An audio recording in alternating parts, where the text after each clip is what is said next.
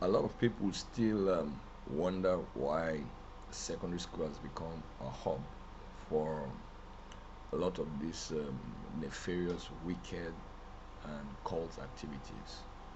There are a lot of things that we're not paying attention to, either as parents or school administrators or as a government or as a society in a whole. Sometimes a lot of things happen around us and we become selfish about because we want to save ourselves. We run away from certain things thinking that we are protecting ourselves, but we are rather making ourselves more vulnerable in the future. Now, the simple thing is this: in your neighborhood, what do you see and what have you done in a subtle way that can change the person at the same time protect your own interest? Now, in the neighborhood where I stay, I noticed that there are some young folks that are just coming up. I'd written a book. What if they are not people that love books or anything? You try different kinds of means to get their attention and show them love. Now, the thing is that you're interested in them, not necessarily that you just want to be a nuisance or something. No, you're interested in them. Like you ask them, "Oh, fine boy, how you doing? What do you intend to be in like 4 or 5 years time?" You tell you, "So, what are you presently doing?" Okay, what if I give you a book? Do you like reading? You say, "Not really. I'm not that kind of person." So, okay, okay. What do you think? Learn a skill or something, maybe a digital skill. I know these days you're very good with phones and all that, but what can you do with your phone that can help you make money, support yourself, and then be able to get the things that you need, and then you understand. And you know, there's a way you look that you can't get into some places. Do you understand? There are limitations for appearances, and then there are appearances that qualify you, and there are appearances that disqualify you, and all that. And before you know it, we get into conversation. Don't make it too long so that it doesn't become too bored and become a lecture.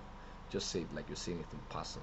So you notice that that kind of a chap, when next he gets to see you, he will greet you, and that affords you another opportunity to drop a hint.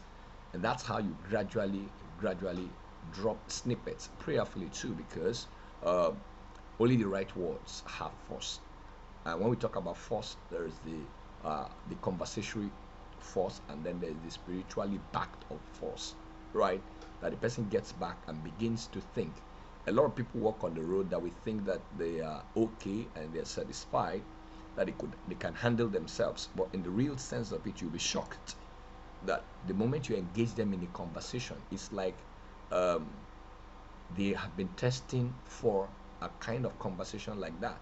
They are probably the way you see them because they don't get the attention that you have offered them. So you'll find out that they come closer to you.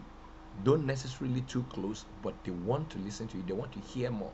They want to find out. They become your friend. And by being your friend and how you're engaging and helping them to change certain things about them, upgrading their skill and the rest of them, there is a like, there is a trust that happens between the two of you. And what is that doing? You have simply prevented your and protected your own self, your own children that are just growing up from what that person can become if something is not done. Now, the reason why they are around your environment may simply be because you have this ability to be able to engage them in a conversation where their parents or wherever they are staying or whatever influences that have around them. You may just have the superior ability to engage them, and then you begin that particular journey. Many of us don't have the attention, but the truth is that the price for ignoring such people around your neighborhood is heavier and much more expensive than the cost of that little attention that you give to them. So, and before you know it, from them, you get to meet another of your friends. Sometimes they come in a cluster and you have an opportunity to just like 5 minutes, maybe just share something that has happened to you, and you can take a consequence based approach to be able to really reach out to their mind. Another thing is that I remember one time in 2013 I was doing Operation Dignify Education. It was a project that I wanted to spend 30 to 90 minutes in a secondary school to be able to share with them future thinking and life patterns, their career, something career guide, like a career guide talk. You understand? But amazingly, almost all the schools that I went to had one excuse or the other why that could not happen. They just felt that it was out of place in the curriculum of the school. They did not look at the future of those children beyond their academics. Yet they could not manage the moral deficiencies that those children had in their school. I remember very well going to a particular school here in Calabar. I'll save the name for sensitivity reasons, where the issues that they were having, the teachers could not handle them, and these were issues, matters that had destructive tendencies. Right now, I offered to do a training for the teachers, as well as an incentive, have an opportunity to engage the students both at GS1 to GS3 level and SS1 to SS3 level on my own as a support for the school. Now, this was targeted at handling those issues that those teachers could not handle, as well as training those teachers on how to handle those matters. But the school looked at the bill rather than the future effects of what that. One way of branding your school is the performance and the character, the personality, the reputation of the students that graduate from that school. Now, the training was designed to be able to affect their performance, create a system that can influence their scores in YF without any form of teaching, a style of teaching that engages the students, as well as what challenges the teacher. And then they do like mock preparation to an extent that when the exams are approaching, it has become natural for the children to perform exceptionally well. And aside from them getting just merely certificated, another thing was that they would be able to engage in a conversation. Their intellectual prowess would become very obvious. So these are natural marketing spots. But most of the time, when proprietors or head teachers or administrators of the school just look at the bill that is involved, even though it may not be as high, they would rather prefer to expand the structures than to invest in delivering the best to those children. So the money consciousness has taken away the quality and the substance of education that the children should have gotten, that should increase the profitability of the school in the long run than ever. So you find out that the school has its own issues. One, the quality of teachers, the quality of teaching. There is the quality of teachers and there is the quality of teaching, right? So the quality of teachers will determine the quality of teaching. So if you engage or recruit just teachers that will just come in and do academic work without any transformational idea, without systems and behavior that can help the child to grow as a responsible citizen, as an influence in his own family, as a person that wants to be a person, to build a personality, kind of, then you see it. So you certainly cannot give what you don't have. Some people prefer to recruit low-based teachers, managing costs at the expense of the performance and the kind of pupil that they are transmitting into the society or the larger world. So these are critical indices. On the part of the government, you find out that the government itself has no kind of regulation or check or standard, that's standard of merit, that determines who owns a school and what standard do they produce. Some time ago in Cross River State, I wrote a letter to the Commissioner for Education that I wanted them to give me data. When I noticed that Cross River State was performing very low in WAEC, they were one of the worst performers. I went there, I wrote a letter. It was just a free thing that I wanted to do. Give me the data, let's analyze the data and look at what the performance and what the subject performance, subject by subject, over 10 years. When I got there, they were like, they can't give me the data, it's classified data. Bullshit. Classified data, past records. In order for us to see, we are trying to look at history so that we can fix the present and see a better future. But they tell me that the data is classified. It was just filed away. I kept going there, but there was nothing. They didn't see what I was seeing. I am not from Cross River State, but I am here for a purpose. I am here, I'm a resource person for a purpose. I've worked in the banking industry for about 10 years, and I've been teaching teenagers for more than a decade, for more than 15 years. I've been working with young people. And to capital, have a passion for teaching. I've written some literatures in these regards.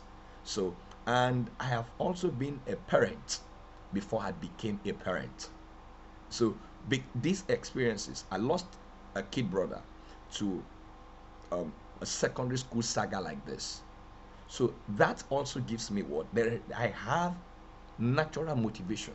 So even if I'm asking for a token, it cannot be compared to what we are going to be able to prevent, or what we are going to be able to fix. So these are the gaps in which we are seeing. Then on the part of the parents is that parents are busy about provision. But the thing is that no matter what you provide for a child, if there is no connection, if there is no guidance, if there is no conversation that is transforming between you and your child, if your child cannot open up to you, if your child cannot talk to you, if there is no form of what engagement between your child that provides flow of ideas, you are able to learn from them, they are able to learn from you, then there is a problem. That gap is going to be filled by somebody else, either somebody in the school, which is from a very porous home, or it will be filled by somebody in your neighborhood, or it will be filled by somebody that is older than them, that they look up to, but doesn't have the kind of values that you, the parents, would want your children to carry. So you can see it, we look at it like in a quadrant. There is the part of the school, there's a part of the government, there's part of the parents, and there's part of the society. So we are finding that the secondary school, which is the age of curiosity and age of malleability, this is the time when they are soft enough to be bent, to be twisted, you understand, to be influenced. That's the age of influence. That's why peer pressure influences a lot of children. The moment they get to the age of 10, they are easily influenced because their curiosity heightens, both as a male and as a female. So what kind of information are they exposed to? Are we letting them? Now we can't stop them from having phones, but we can guide them on how they can use their phones, right? Now we can tell them the impact. But if we as parents, as teachers, as a school do not know the impact and the effect of all these things, how do we intend to engage these children and have a transformed society? Amazingly, what we don't know is that what we are parents parenting another parent. The moment these children miss this point, what happens is that when they cross that age in which you can easily bend them, they become stiff. It's either you break them, you can no longer just easily bend them, you only break them. You understand? So you find out that these people mature into jobs. They carry this strong negative nature into jobs, into their jobs, into their career, into the society. That's why you find it very easy. If a child had been notorious from secondary school, then when he gets into the university where he has freedom to make his own choices, he's going to be ready to damn the consequences. He gets into the society, you'll find out that's why depression is very common among young people, because there's nobody to talk to, and the people they talk to may influence them against their own will and wish. So every time they have contending things, contending voices in their head, that they need somebody to be able to arrange them and align them to the kind of future that they want. So you find them in the society today, and we are wondering, how is it cheap for somebody to be able to pick a fellow human being and be able to put a dagger in that person's part, to be able to extract the private part? They got toughened from a particular stage, you understand, and because they were not nipped in the bud on these 4 dimensions, you find out that we are raising monsters instead of raising transformers. So if we will sit back today and review from these 4 dimensions, and we all put our heads together and work together as a team, we cannot experience what a better society. So ignoring somebody who is growing notoriously in your neighborhood simply means that what you cannot tell. The worst part of it is that you can't tell who is going to be the victim of a badly growing child. You can't tell, and because you can't tell, it might just be you. And when you had the opportunity to be able to make a change, you simply ignored that task. And then it has become what? Your own prison. So, I don't want to extend the 15 minutes I set aside for this particular session. So, I'd like us to think along this dimension and see how, come up with a system of how we can work here. What's the system? Do your own bit where you are. You can say that it does not concern you, it will concern you later. If you raise your child properly and the child goes into a notorious society, it will be a hard crack for it. And if you try to export your child from this particular country into another country, what happens is that whatever system is prevalent in that particular country will still box your child. So in all cases, we are not totally free, except we work together and establish the kind of freedom that we have. There is nothing that gives any parent peace like what? A healthily growing child. Once you have a notoriously growing child, no matter what your achievements are, it will be void of peace. So I like us to think about this, whether you're a parent, whether you're a teacher, whether you are a government official, whether you are in the position of editing what the Constitution presently speaks, then you have a voice there. And maybe you are in government or in a particular neighborhood. Do your own bit that will positively influence what we are seeing today. So my name is Julius Afolabi. Thank you for listening. And if this has been of value to you, why don't you just share it with somebody, and God bless you.